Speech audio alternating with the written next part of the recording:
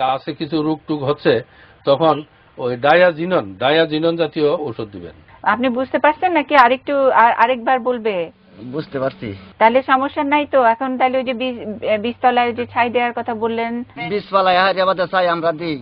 জি জি, দিলেও তো মানে বীজের মধ্যে তো হয় না, ওই তো লাগাইয়া ফাললে এরপরে হয়। ও এটা তাহলে জালার মধ্যে না, মূল জমিতে। হ্যাঁ, মূল জমিতে যে অসুখগুলি হয়, মূল জমিতে রোগের জন্য এই ওষুধটাই দিবেন, স্প্রে করবেন। মাফরোজা আপা, জি আপনি একটু লিখে নেন। মূল জমিতে যখন ওষুধটা দিবে সেটার নাম হলো ডাইটেন M45। এটা 3 থেকে 4 গ্রাম। হ্যাঁ, 3 থেকে 4 গ্রাম প্রতি মেশিন পানিতে এটা স্প্রে করবেন। আচ্ছা, এটা তো বললেন মূল জমির কথা। মূল জমিতে। আর বীজতলায় যদি সমস্যা হয়? বীজতলায় শুধু ছাই দেওয়ার পরে, বীজতলায় দিলেও বীজতলায় ছাই দেওয়া পর্যন্তই থাক। পোকাও আছে এর মধ্যে, পোকাও আছে। পোকার জন্য আপনি দিবেন 10 ডেসিমেলের কাটাতে 70 থেকে 100 ইমেল দিবেন ডায়াজিনন। 70 থেকে 100 ml ডায়াজিনন 60 ইসি লিকুইড, ওইটা 60 ইসি যে মাপের যে ওষুধটা এটা। আচ্ছা, তাহলে আপনার এই মাজরা, পামরি, অন্যান্য যে কটা পোকা আছে সব কটা কেয়ার নিবে। এই রোগটা দামটা সময় পড়িয়া যা। হ্যাঁ হ্যাঁ, এই সময় তখন লাগবে। কিন্তু আপনারা একটু নিশ্চিত হবেন যে পোকা নাকি অসুখ। হ্যাঁ, রোগ না, রোগ হইলে পাতায় দাগ হবে। হুম, আর যদি পোকা হয় তাহলে মাঝখানের মাইনটা মারা যাবে। মাঝখানের মাইনও মারা গেছে, আর পাতা দল্য হয়েছে যেটা সেটা পামরি, ওইটা ওই পোকাই, ওটাও একটা পোকা। কিন্তু এই যে গাছের পাতায় যে দাগ পড়ে, পাতার গোড়ায় যে দাগ পড়ে, সেটা রোগ। আপনার কোনটা হয়েছে? সবটাই। হ্যাঁ, তাহলে আগে রোগেরটা দিবেন, আগে ফুলে। হ্যাঁ, রোগেরটা দিবেন আগে, তারপরে দিবেন পোকারটা। এবং এটা যে উপজেলা কৃষি অফিস আছে বা ব্লক সুপারভাইজার আছে, তাদের এই যে সাব অ্যাসিস্ট্যান্ট এগ্রিকালচার অফিসার আছে, তারা আশেপাশে থাকলে তাদেরও জিজ্ঞাসা করে নেবেন। আর একটা জিনিস, আপনি ওই এরিয়াতে, আপনার ওই মাটিতে আপনি ওই পটাশ সারটা ঠিক মতো দিবেন। প্রতি কাঠায় যেন 1 থেকে 2 কেজি এমপি সার দেন, এটা খেয়াল রাখবেন। এই পটাশ সারটা ঘাটতি হইলেই ওই সমস্ত সমস্যা বেশি হয়। আমরা যেহেতু আগে পলি মাটির সারটা দেওয়া হতো না, কিন্তু ইদানিং এই সারটা দেওয়া লাগতেছে, সারটা দিলে উপকার পাবেন। 3 থেকে 4 কেজি ইউরিয়া দিবেন, 1 থেকে 2 কেজি দিবেন টিএসপি, অথবা 1 থেকে 2 কেজি দিবেন পটাশ। তাহলে আপনার এই রোগ টুগের সমস্যা অনেকটা কমে আসবে। আর এরপরেও যদি আপনি খুব ভালো কৃষক হন, যদি আপনার অবস্থা ভালো থাকে একবারে, তাহলে আপনি জমিতে 1-2টা চাষ বেশি দিয়ে মইটা ভালো করে দিবেন জমিটার। তাহলে আপনি অনেক উপকার পাবেন। 1-2টা চাষ বেশি দিবেন এবং ভালো করে মই দিবেন জমিতে। এখন বোধহয় পোকার সমস্যাটাই বেশি আপনার এখানে অসুখের চেয়ে। ওই কিছু হাইব্রিড ধানে ওই রোগটাও হচ্ছে বেশি। তবু একটু খেয়াল রাখতে হবে, আপনি যে জাতের এমনি 33, 38, 39, BR11 মানে মুক্তা যেটা, এই ধানগুলিতে এই অসুখটা কম হবে। তবে বীজটা বাছাই করে নিতে হবে।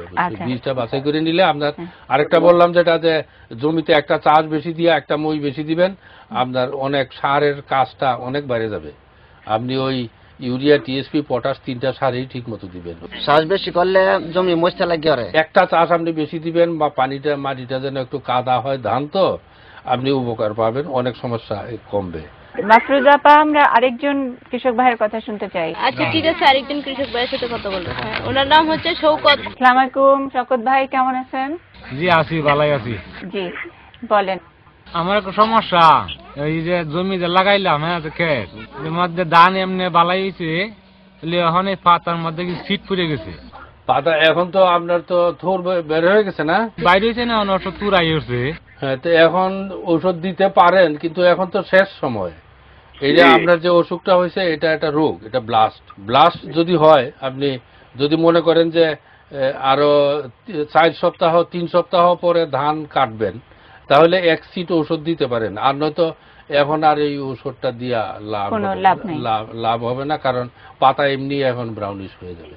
তবে এটা অসুখটা হয়েছে আরো 2 সপ্তাহ আগে, হয়তো তখন দিলে হয়তো সিনোসান আছে, প্লাস্টিসিডিন আছে, এই ওষুধগুলি দিলেই এই ওষুধগুলি এগুলি আজকাল কোনো প্রবলেম নেই। এখন আর ওষুধ না দেওয়াই ভালো, যেটা উনি বলছেন। হ্যাঁ, ওষুধ ভালো, মানে আমরা এটা খরচটা করবেন, খরচটার একটা হিসাব আছে না, সেদিকে এই অবস্থায় আপনার আগামীর জন্য আপনি হয়ে যান। আপনাকে প্লাস্টিসিডিন একটা ওষুধ আছে, বা হিনোসান আছে, এই ওষুধগুলি দিয়ে এই ওষুধটা হবে না। এবং ঔষধ ওইটাই আপনি ইয়েটা দিলেও হবে, এই যে আগে বলা হলো ডাইটেনিয়াম 45, এটা দিলে অনেকটা কাজ হবে। কিন্তু এখন না, এবার আপনার জমিতে আর দেওয়ার এটা দরকার আউশ নেই। যদি শুরু হয়ে যায় শুরুতেই দিবেন, শুরুতেই দিবেন। পাতায় যখন ছোট ছোট দাগ পড়তে থাকে, যদি বেশি পাতায় বেশি বেশি দাগ পড়তে থাকে, তখন ওষুধটা দিতে হবে থোড়াসার আগে। মাফরুজা আপা, আমরা আরেকজন কৃষক ভাইয়ের সাথে কথা বলতে চাই। আসসালামু আলাইকুম, আমি আব্দুল মালেক। আমি আমি আজ 30-40 বছর ধরে নারকেল গাছ রোপণ করি। আচ্ছা, এটি 4-5 ফুট উঁচু হয়ে যায়, এই উপরে তো মরি আইতে করতে জায়গা। আচ্ছা, নারকেল গাছ এটা তো এমনি বিচ্ছিন্ন ভাবে দুই একটা গাছে হয়। নারকেল গাছের একটা ভমরা পোকা আছে, এই পোকাটা মাথার থেকে ছিদ্র করে নিচের দিকে চলে আসে, একদম পুরো সুরঙ্গ করে গাছটাকে শেষ করে। এটা হলো পোকার একটা। আরেকটা হলো ক্রাউন রট, ওই অসুখে মারা যায়। আচ্ছা, এখন 4-5 বছর পরে, এটা আরো পরে হয়, এই 4-5 বছর বয়সের মধ্যে হয় না। তবে আপনি বাগান হিসাবে না বাড়িতে, বাড়িতে প্রথম কাজ হলো একটু পরিষ্কার পরিচ্ছন্ন রাখবেন গাছের গোড়ায়। আমরা যে বাড়িতে ঝাড়ু টাড়ু দিয়ে সব ময়লাকে ওখানে ফেলে, এই কাজটা করা যাবে না। গাছের গোড়ায় আপনি বছরে 2 বার সার দিবেন, একটা এই সময়ে আর একটা দিবেন কার্তিক মাসে।